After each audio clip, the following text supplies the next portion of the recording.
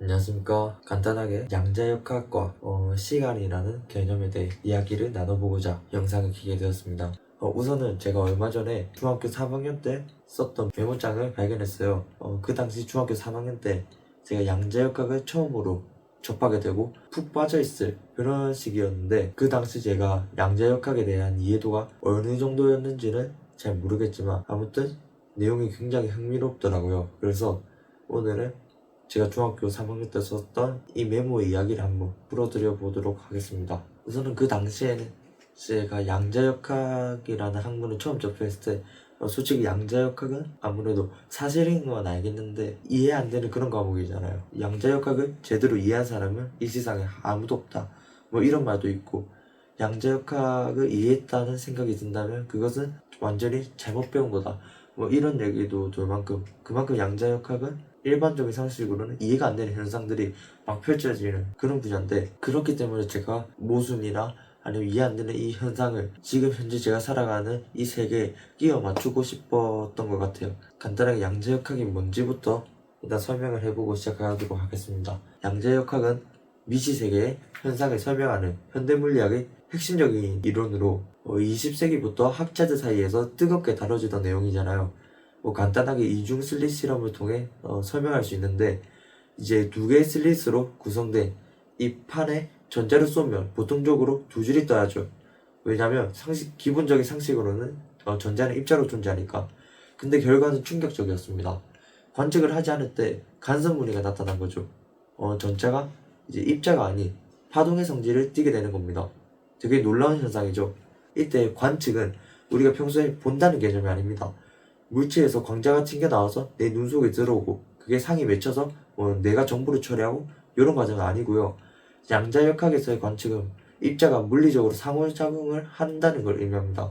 아무튼 전자가 파동 혹은 입자 이 두 개 상태를 동시에 가지고 있는 이런 이중성이 나타났고, 우리가 관측을 했을 때 파동 함수가 붕괴되며 그 상태가 결정된다는 겁니다. 즉 코펜하겐 해석에 따르면 우리가 관측하기 전까지는 확률적으로 존재한다는 거죠. 이 말도 안 되는 현상이 지금도 미시세계에선 일어난다는 겁니다. 양자 얽히면요 더 재밌습니다. 두 양자 상태의 입자가 물리적으로 아무리 먼 거리에 있어도 한 개 상태가 결정되면 그 즉시 나머지 상태도 결정된다는 개념이에요. 앞에 여기 공을 예시로 들자면 여기 서로 얽힘 상태에 있는 두 공이 있어요. 하나는 빨간 공이고 하나는 파란 공이죠. 이 공을 막 섞어서 수천만 광년이 걸리는 아주 먼 거리로 떨어뜨릴 겁니다. 아직 제 손에 어떤 색들이 있는지 모르겠죠? 여기서 여러분 기준의 왼쪽의 공을 확인합니다. 파란색이죠? 그럼 그 즉시 수천만 광년 넘어 있는 이 친구는 빨간색이 되는 겁니다. 그럼 여러분들은 애초에 처음부터 빨간색, 파란색 하나뿐이었으니까 당연한 결과 아닌가? 라고 생각하실 겁니다. 근데 양자 얽힘에서는 그것이 틀렸다고 합니다. 한쪽의 색깔이 파란색 공이라 해서 반대쪽 손의 공 색깔이 빨간색인 게 아닙니다. 제가 관측하기 전까지는 이 손 안에 있는 공의 색이 빨간색일 수도 있고 파란색일 수도 있다는 거죠. 아직 안 믿기시죠? 애초에 이게 파란색이면 적어도 출발할 때부터 파란색이어야 하는 거 아닌가? 도중에 색이 변하는 것도 아닌데. 근데 양자 얽힘에서는 이 공은 관측하기 바로 직전까지도 빨간색, 파란색 두 상태를 모두 가진 중첩 상태로 존재합니다. 예를 들어 우리가 이거를 오픈하기 1초 전이라 생각을 해봅시다. 그럼 여기 무슨 색이 있을까요? 이 거리는 매우 멀리 떨어진 상태예요. 현재는 무조건 파란색이어야죠. 왜냐면 우리는 아직 미래를 예측하지 못하지만 미래에서 이걸 봤다고 가정을 했을 때, 여긴 파란색이고 여긴 빨간색인 걸 봤다고 가정을 했을 때, 이 상태에서 우리가 관측하기 1초 전에 여긴 당연히 파란색이어야 합니다. 왜냐? 빨간색 공이 이미 여기 있다는 거 우리는 1초 후 미래에서 확인을 하고 왔어요. 그리고 이 빨간색 공은 이 먼 거리를 1초 만에 이동할 수 없죠. 근데 양자 얽힘에서 1초 전이라도 0.0001초 전이라도 여기 있는 공의 색깔을 관측하지 않았다면 빨간색 혹은 파란색 두 개 다 될 수 있다는 겁니다. 진짜 말도 안 되는 그런 현상을 설명하는 게 이 양자역학이에요. 이 양자역학의 이 말도 안 되는 현상들을 제가 어떻게든 우리가 살아가는 이 세계 속에 적용시키기 위해, 이 미시세계에 일어나는 이 이상한 패턴들을 거시세계로 접목시키기 위해 제가 중3 때 고민을 했던 걸로 보입니다. 제가 중3 때 썼던 메모를 조금 뽑아라 왔는데, 여기 보면 겨울방학 동안 하루에 한 번씩 매일마다 저희 집 앞에 있는 하천에 나가서 운동을 했어요. 운동을 하면서 귀에 이어폰을 꽂고 노래를 들으면서 온갖 잡생각을 많이 했던 걸로 기억을 하는데, 이날에는 제가 양자역학에 대해서 생각을 했나봐요. 그리고 갔다 와서 이 글을 썼던 걸로 보이는데, 이 글에 보면 하천을 갔다가 집에 돌아오면서 영감을 얻었다고 해요. 이 아이디어에 대해. 그래서 이제 양자역학에 대해 간단히 설명을 했으니까, 그러면 이걸 이용해서 저는 어떤 생각을 해봤는지, 왜 메모까지 쓸 정도로 깊게 탐구를 해봤는지 풀어보도록 하겠습니다. 간단히 말하자면 양자역학을 이해하기 위해서 기존에 우리가 알고 있는 4차원 공간과 시간의 관점을 완전히 바꿔야 한다고 생각을 했습니다. 과거, 현재, 미래 순의 시간 흐름은 양자역학의 모순을 이해할 수 없다고 생각을 했어요. 오히려 그 방향이 달라야 한다고 생각을 했습니다. 그림을 그리면서 설명을 해야 될 것 같은데, 자, 이게 0차원이고 1차원의 선, 2차원의 면이 있습니다. 그리고 3차원은 방향이 더 추가된 공간이 되겠죠. 4차원은 시공간이 있는데, 저는 일단은 이 3차원 공간에서 시간이 합쳐져서 4차원이 된다고 생각을 했습니다. 그래서 4차원도 다른 차원의 성질과 마찬가지로 왼쪽 오른쪽 한 방향으로 움직일 수밖에 없다고 생각을 했는데, 우리가 알고 있는 방향은 과거에서 미래로 이렇게, 여기 이 그림 관점으로 따지면 왼쪽에서 오른쪽으로 이 한 방향으로 흐른다고 우리는 기본적으로 알고 있습니다. 근데 저는 이것도 가능하다고 믿었어요. 이론상. 물론 지금 시간이 거꾸로 흐르진 않죠. 우리 시간은 한 방향으로 흐르고 있죠. 그 방향이 이렇게, 이거라 표현하면 우리는 이렇게는 역행은 할 수 없다. 시간 역행은 할 수 없죠. 지금 현재론.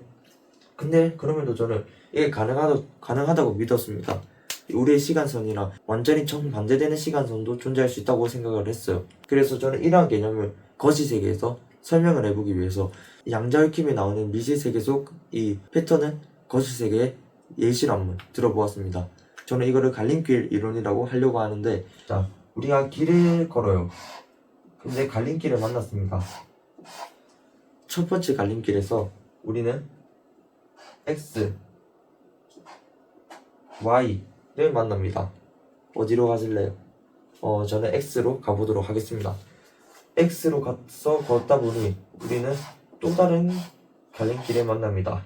X1, X2, X3. 자, 이번에는 X2로 가보도록 하겠습니다. X2로 가다가 저희는 또 다른 갈림길을 만나게 됩니다. 자, X1 A, X1 B, X1 C. 그림이 X2로 갔구나. 아무튼 여기서 어디로 가실래요? 저는 X2C로 가보도록 하겠습니다. 그럼 현재 우리는 이렇게 총 3번의 갈림길을 건너 현재 위치에 도착을 했습니다. 자, 여러 개의 다른 통로가 있었고 저는 각각 하나의 통로를 선택을 했습니다. 그리고 도착했던 제 기준에서 봤을 때 갈림길을 선택하는 모든 순간순간은 다 과거였고, 이 순간순간의 관점에서는 각각 다 현재였습니다. 그러나 제가 현재 있는 곳은 정해져 있고 제가 거쳐온 길도 정해져 있습니다. 즉, 저는 이런 생각을 해봤습니다. 이 갈림길마다 이 방향을 선택을 해서 현재 위치에 있는 것이 아니라 제가 현재 위치에 있기 때문에 이 갈림길을 선택할 수밖에 없었다고 생각을 했습니다. 이는 미래가 과거로 영향을 미친다 라고 볼 수 있는데요. 자, 여기서 기존의 시간의 흐름에 따라 제가 XY 갈림길에서 X, X1, 2, 3 갈림길에서 X2, 그리고 X2 ABC 갈림길에서 X2C를 선택한 게 아닙니다. 그렇게 반문을 한다면 저의 선택에 따라 미래가 달라질 것이고, 각각의 선택에 따른 경우의 수로 인해 수많은 다중우주가 발생할 것입니다.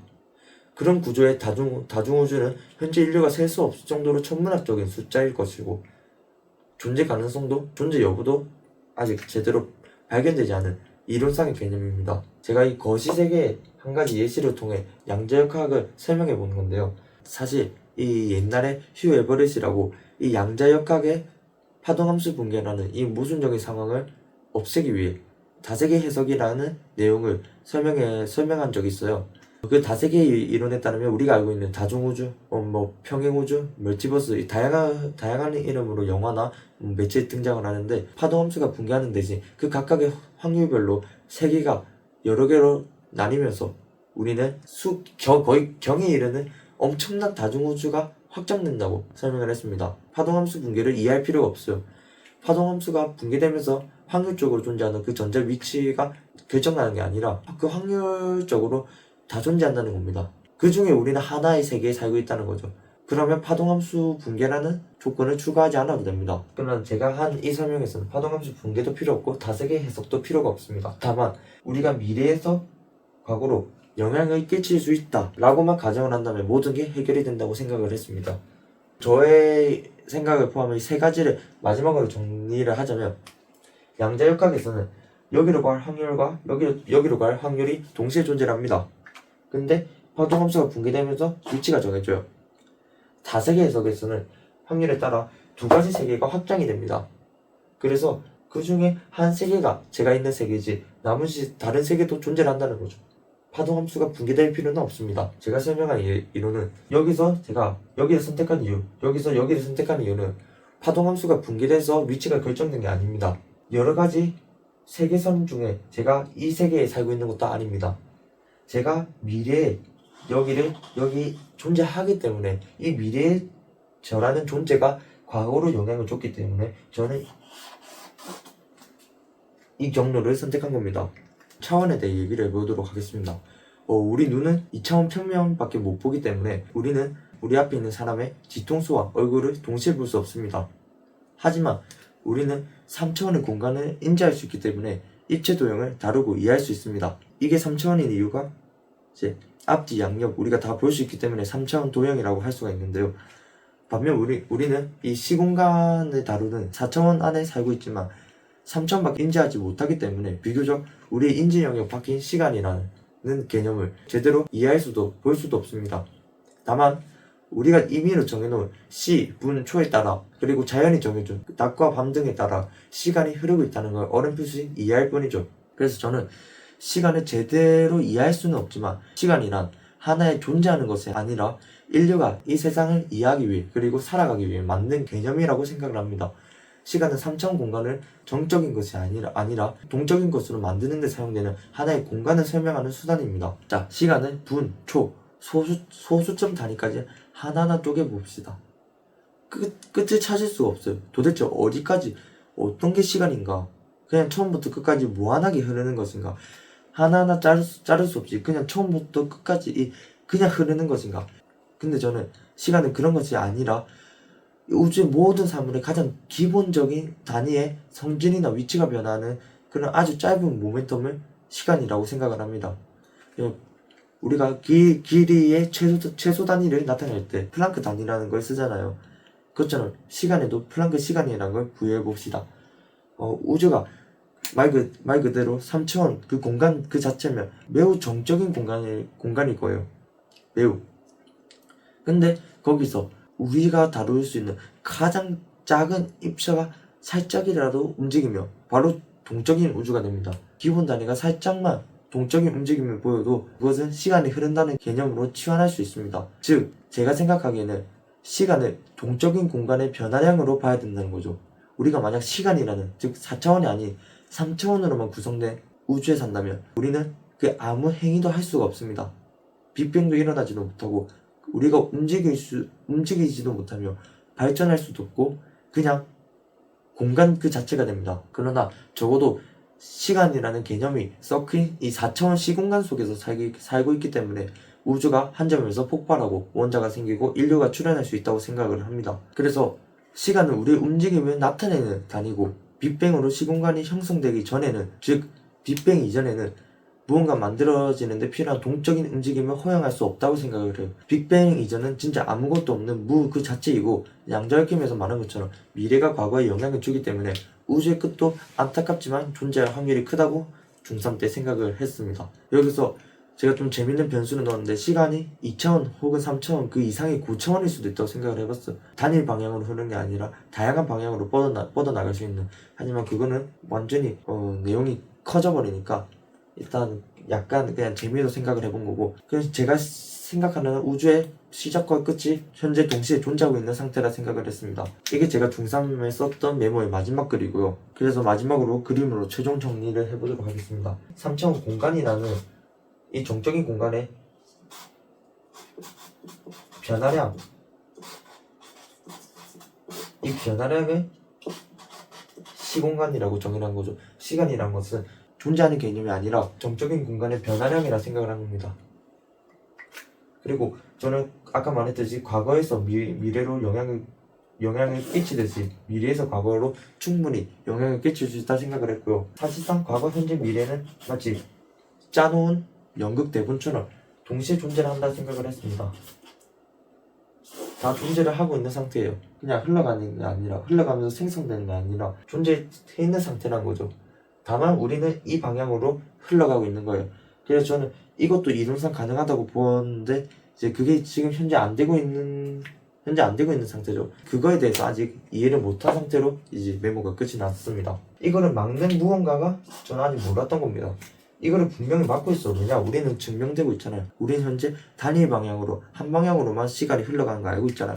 그래서 저는 이것만 모른 채 이대로 끝나버렸습니다. 이것만 알아내면 되는데 과연 우리가 과거, 현재, 미래가 동시에 존재하면서 이렇게도 가능한데 왜 이렇게 과거, 현재, 미래순 한 방향으로만 가고 있을까? 우리는 왜 시간 역행을 못하는가? 이게 안 되는 이유에 대해서 가장 궁금했죠.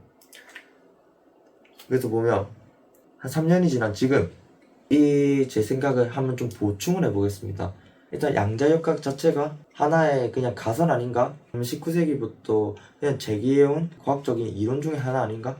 아인슈타인도 양자역학을 쓰레기라고 했던 걸 들었는데 이렇게 생각하시는 분들도 있겠지만 일단 현재 양자역학은 사실상 팩트예요. 우리는 반도체나 다양한 기술에 이미 양자역학을 사용하고 있고요. 양자역학의 현상들은 현재에도 일어나고 있습니다. 이거는 변화 틀림없는 사실이에요. 그리고 재밌는 이야기가 오일러가 이제 소수를 통해서 오일러 공식을 만들었는데 1 마이너스 소수 제곱분의 1을 계속 곱하면 파이 즉 원주율이 나옵니다.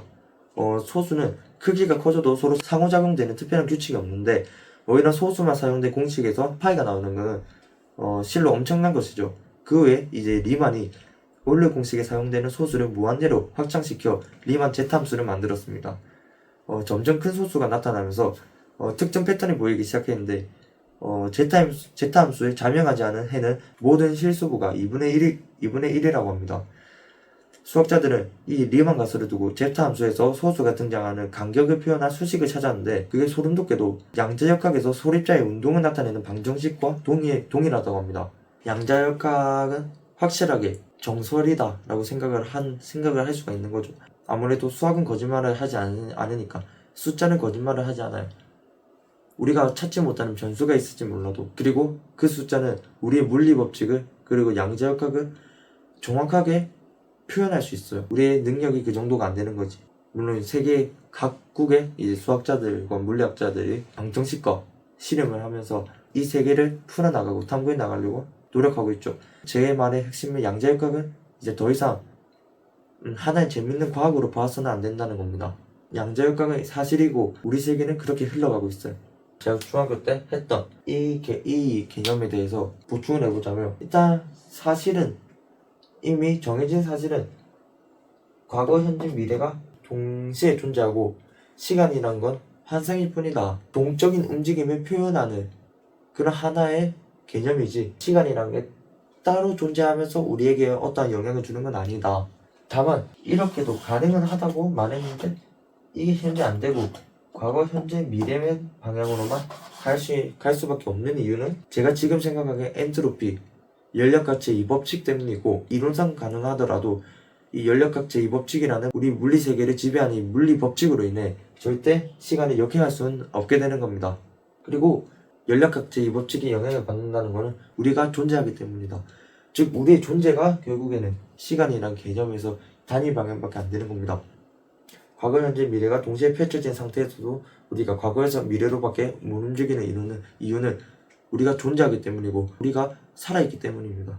우리가 이 우주와 상호작용하고 에너지를 이용하고 방출하고 있기 때문입니다.